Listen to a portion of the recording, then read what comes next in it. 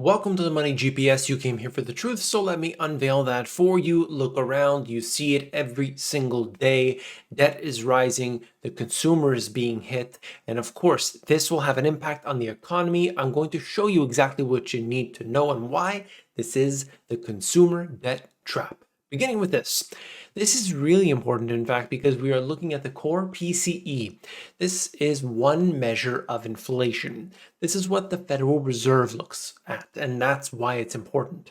You see, because they're going to use this number to determine what inflation is. It doesn't matter what the real rate of inflation is. This is what the Fed uses. And you could see month over month over month, the inflation rate has actually gone down.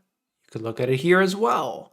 Core PCE price index, smooth 6-month annualized growth rate.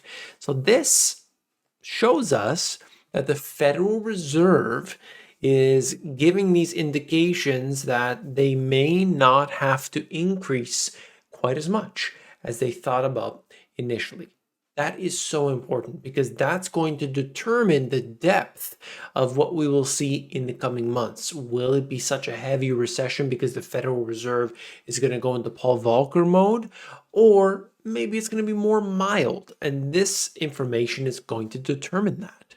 And like I said, it's not the real rate of inflation. That depends on you. But you have seen different things, and I've been covering that over the past few months, where you look at certain prices that have declined from their peaks. We know that. And of course, it all depends on you, the individual. If you were buying a used car, well, of course, you saw that price increase dramatically. If you are going to spend a lot of money on gasoline, well, then you feel it more than somebody who doesn't have to deal with that. But the point here is you look at it. At this time, when everything is becoming more expensive, you see people's savings running out. Personal savings rate has declined to a level we have not seen since the financial crisis. And if it continues on this trajectory, it will be far beyond that. And this just tells us one very important thing. It's that people do not save money. They don't have a rainy day fund, and that they are spending a lot on their credit cards. We will talk about that in the second year. This is the University of Michigan buying conditions for houses, vehicles, and large household durables. All of these are declining, and we have seen that over the last while. Levels we haven't seen since the 1980s. It's extreme, to say the least. I mean, you look at that, and it's just one measure, but I think it's important. Okay. University of Michigan Consumer Sentiment Index, Economic Conditions Index, and expectations. These have all declined. And why has that been? I mean, the government has thrown so much money at the people. Shouldn't it have resolved all the problems? Well, of course, you and I know that's not the case. And it shows right here. Consumer sentiment mired at a 10-year low amid persistent inflation, according to the UMich survey. So this is just one example of that, but you can look around and see the same kind of thing. You know, they'll show you the numbers and, the core PCE rate and all these little pieces of data, but I just try to bring you the overall view to get that in your head so that as new data comes out, you say, no, yes, and you know exactly what to be paying attention to. The recent drop in sentiment was largely driven by continued negative views on current buying conditions for houses and durables, as well as consumers' future outlook for the economy, primarily due to concerns over inflation.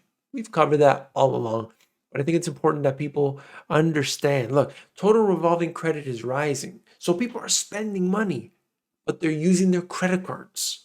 That's not a good thing. That's never a good thing. Now, quite frankly, if you're going to use your credit card and pay it off before the day that it's due, and you're simply using that, number one, as a means to basically get 30 days to pay something, rack up some points, get some cash back, whatever it is, that's totally fine. But there's so many people that simply keep a balance month after month after month. That's not healthy. Okay. And I understand some people, they're in dire straits. They're in a bad scenario. But I'm just letting you know, based on the numbers, what we're seeing. This is the personal income month over month which apparently has increased. US personal consumption expenditure has increased as well. So we know that people are potentially receiving more cash, their personal income is rising, but they're spending more. And in fact, in real terms, we have seen people's wages declining. This is just, again, the same thing in a chart form showing us the personal consumption expenditures that have peaked and have started to come down. So I'll give you updates on that. Let's look at the next aspect here because we are seeing what's happening in the stock market. What happens when the stocks go down? That's right. We get layoffs. And it happens almost instantaneously, it seems. Look at this chart right here. You can see it for yourself. Company layoff announcements. This is just, a handful of them. Peloton, estimated number 2,800. The company Better, 3,000. And you just go down the list, okay? Wells Fargo's in here, Robinhood's in here, other big names. And what does it tell us? First things first, the stock is affected by what? By the consumer. That's key. But in the end, it's the employees that feel it because they are going to be axed, okay? So that's so key. Really, really, really, we need to understand that. So at this time, there's a serious, what some are calling a bear market rally. Bank of America bull and bear indicator. This is almost at a record low. We have never seen this before, okay? Very, very rarely. This is the Bank of America bull and bear indicator since 2002, and we are in the extreme bear territory. If you look at it, historically, you go back, when we hit these levels, usually it turns around. I covered this on Twitter, Instagram, TikTok, but essentially, if you look at the monthly chart of, for instance, the S&P 500, and you see that, and look at where it goes. When we hit, using a stochastic indicator, for those who know, I explained it a little bit more in that video, stochastic slow indicator, or stock RSI indicator, you could see this. When it goes below 20 for the monthly chart, S&P, when we move our way into that and start to come back around, moving upwards, usually that is an indicator to buy. We have dipped below 20, and now we'll see over this next month, is that sustainable? How can we have a sustained rally over a long period of time? I'm not talking about daily or weekly. How can we have this in a time in which the Fed is tightening? Well, of course, it all depends on how much tightening there will be. In just a few days, basically, the Federal Reserve is going to start cutting back on their balance sheet. Will that have an impact? Stay tuned, all right? Weekly equity fund flows.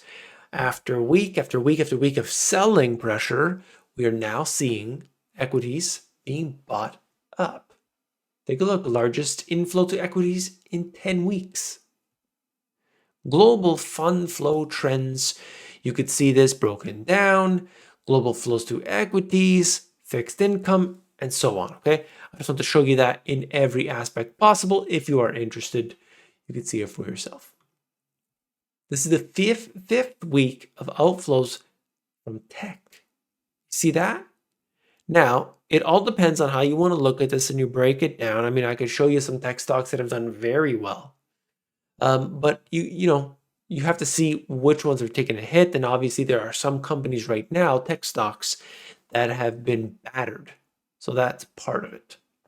New job posting for S&P 500 are down sharply from the October 21 peak. And at the right-hand side, you can see led by industrials and consumer discretionary. So you see this, consumer, the companies, the stocks, the economy, they all interconnect in some way. You can see that right here. And of course, whenever you have trouble with the consumer, whenever you have a lack of prosperity, you get crime. Phoenix cops fined find 1,200 catalytic converters as thefts soar. And you look at that being just one example of what we've been seeing. Look how much theft there is today. Carjackings are becoming all too normal right now. That's truly unfortunate. And you see all kinds of crime. In fact, this is just one example. But you don't have to worry because a robot will be there to save the day. In fact, a robot may be greeting you at the door during your next visit to Chili's Grill and Bar. That's right.